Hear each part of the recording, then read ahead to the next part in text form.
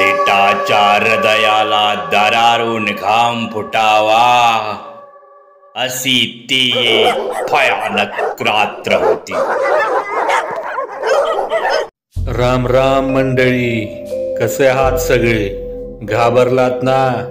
घाबरायलाच पाहिजे की, कारण आम्ही घेऊन आलोय आणखी एक मराठी भयकथा आपल्या खेळ सावल्यांचा या YouTube चॅनलवर. आजच्या कथेचं नाव आहे कंदीलवाली. चला तर मग वेळ न घालवता सुरू करूया आजची कथा, कंदीलवाली. अभ्यासाचा कंटाळा आला होता. रात्रीचं 2 वाजलं असतील. मी टेरिसवर उभा होतो. सगळं गाव गाढ झोपीत होतं. भयान शांतता होती. काळोखाचं साम्राज्य सगळीकडे पसरलं होतं. रस्त्यावर साधं काळं कुत्रं पण दिसत नव्हतं. माझी नजर आमच्या गल्लीत वळणाऱ्या रस्त्यावर गेली, कारण तिथून एक पेटता कंदील आत्राळी चालला होता. जणू कुणीतरी हातात धरलाय, पण कोणच नव्हतं. कोणच व्यक्ती दिसत नव्हता. रात्रीची वेळ आहे, ती सुद्धा विचित्र वेळ. यावेळी अदृश्य शक्ती ऍक्टिव्ह असतात असं कुठंतरी ऐकलेलं, म्हणून मी लपून बघत होतो. वारा सुटला होता. हवेत गारठा जाणवत होता. तो कंदील आता आमच्या घरासमोर कंस्ट्रक्शनचं काम चालू होतं. तिथं आला. मी लपून बघत होतो. हे नक्की काय आहे? त्या काळोखातून तो कंदील हेलकाव खात चालला होता. जणू काय कुणीतरी चालताना हात हलवत होतं. कंदिलाला जोराने हलवावं, अगदी तसाच. याचा अर्थ कुणीतरी अदृश्य शक्ती आहे. माझा थरकाप झाला. आजपर्यंत वाचनात आलं होतं, पण आज चक्क अनुभव. तो कंदील त्या कंस्ट्रक्शनच्या इथल्या पायऱ्यावरून चालला होता. मधूनच थांबत होता, जसं काय कुणीतरी दबकत कानोसा घेत चाललंय. काही क्षण गेलं. तो कंदील खाली आला आणि इकडं तिकडं कानोसा घेत कोणतर चालावं असा सरळ गल्लीतनं निघून गेला. मला रातभर झोपच लागली नाही. सकाळी घरच्यासनी सांगितलं. माझ्याच वयाची काही पोरं आजूबाजूला राहणारे त्यासनी पण सांगितलं. ते वय असंच, आपण कोण आहे बघायचंच. 5 ते 7 जण आमच्या घरी जमणार असं ठरलं.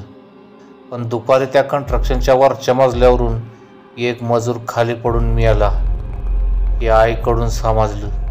त्यावेळी मला काय वाटलं नाही. त्या रात्री तो कंदील दिसला नाही. मला सगळ्यांनी येड्यात काढलं. नंतर मी पण बघितलं. काही दिवस असं काही दिसलं नाही. पण शनिवारी रात्री परत तो कंदील आला. अगदी सेम घडलं. काहीतरी गडबड आहे नक्कीच. मी सकाळी आईला सांगितलं. ती सहज बोलली, यार काल शनिवार होतं. शनिवार अमावस्या असेल तरच असं दिसतं, तू बघू नकोस. मी मित्राला सांगितलं. आम्ही कॅलेंडरवर बघितलं. 2च दिवसांनी अमावस्या होती. आम्ही सगळ्यांनी जमायचं ठरवलं. सगळ्यांनी काट्या, हॉकी स्टिक, टॉर्च आणलेलं. बरोबर 2 वाजले. आम्ही लाईट बंद करून बसलो. बघत होतो. आज कंदील येताना दिसला, पण कंदिलाच्या उजेडात पाय दिसत होती. नऊवारी हिरवी साडी नेसलेली. पावलं उलटी होती, म्हणजे डावा पाय उलटा, उजवा सरळ. उजव्या पायाची बोटं अंगठ्याच्या ठिकाणी करंगळी अशी या क्रमानं उलटी होती. या पायात मोठी जाड जोडवी होती. त्या जोडव्याचा खणखण असा विचित्र आवाज त्या भयान शांततेचा भंग करीत होता.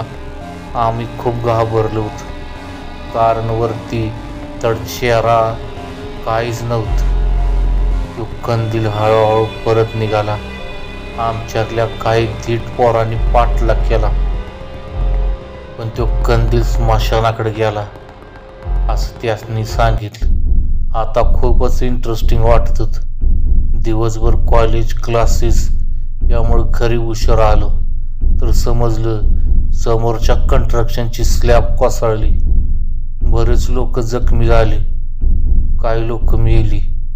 याचा अर्थ कंदील आला की कुणीतरी मरतंय, फक्त त्या कंस्ट्रक्शनच्या जागेतच असं होतं. आता आम्हा सगळ्यांनी येडच लागलं. हळूहळू सगळीकडे ही बातमी पसरली होती. सोसायटीतील लोक पण बघणार होती. शनिवार आला, सगळीजण सज्ज झाली. रात्रीचं 2 वाजलं. लोक बघत होती. कंदील आता आमच्या सोसायटीकडे येताना दिसला. आमचं धाबदान आणलं. आमच्या जे 3 धीट होते ते सरळ टेरीच्या पुढे जाऊन बघत होते. त्यांनीच पाठलाग करून कंदील स्मशानाकडे गेला हे सांगितलं होतं. अचानक धाडकन आवाज झाला. आमच्या टेरीचा पुढचा भाग कोसळला. ती 3 पुढं वाकून बघत होती. ती खाली पडली. आम्ही लपलेलं बाहेर येताना बघतो तर कंदिलाचा भडका उडाला होता. तो परत चालला होता. लोक जमली, ॲम्ब्युलन्स आली, पण ती 3 जण जागीच वारलं.